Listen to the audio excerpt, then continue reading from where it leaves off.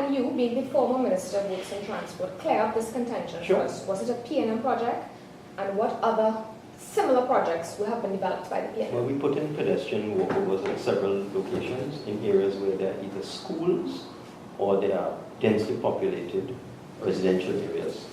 In Cokery, you have the Powder Magazine development, you have Westmall. And persons who live in Powder Magazine, when they're coming home, they would get dropped off on the western side of the road, and they would have great difficulty in crossing the road to get over to Powder Magazine. And then people from Powder Magazine want to go over to Westmall or go to Hilo in the Westmall area.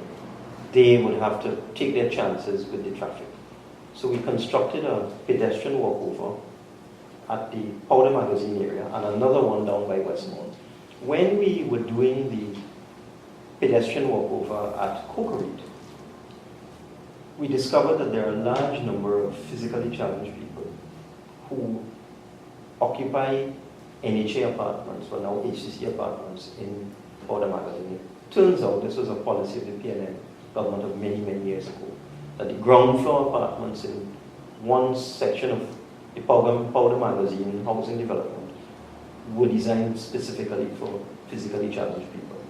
So recognizing that there was this concentration of physically challenged people in the Powder Magazine area, we decided that there had to be a solution that will allow them to use the walkover, because these people use wheelchairs.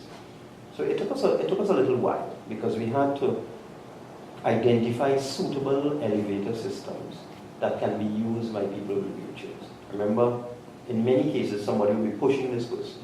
So the elevator had to be large enough to accommodate somebody in a wheelchair and a helper, somebody assisting them.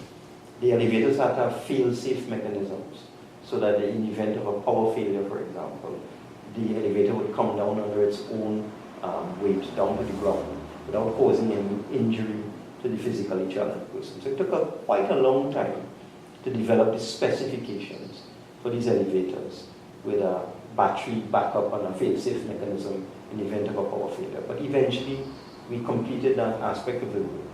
We invited tenders, we awarded a contract, a contractor was engaged, the elevators were installed, the elevators were tested, they were fully operational, and it just so happened that this happened just at the beginning of the election campaign.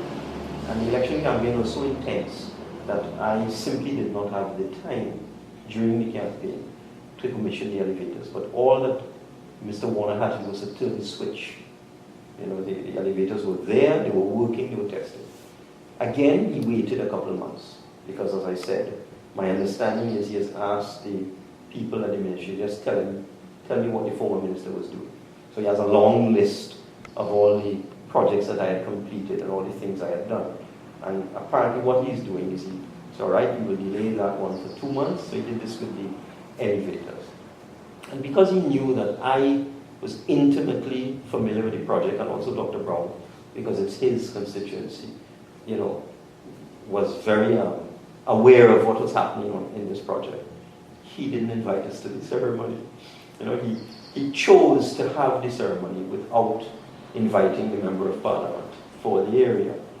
And when asked about it, he gave some silly reason that, you know, he doesn't care, it's not his business, you know, he will invite who he wants. But the fact of the matter is that he waited 2 months and then commissioned the elevators and pretended that he had somehow miraculously designed, ordered, constructed, and installed these elevators in 60 days.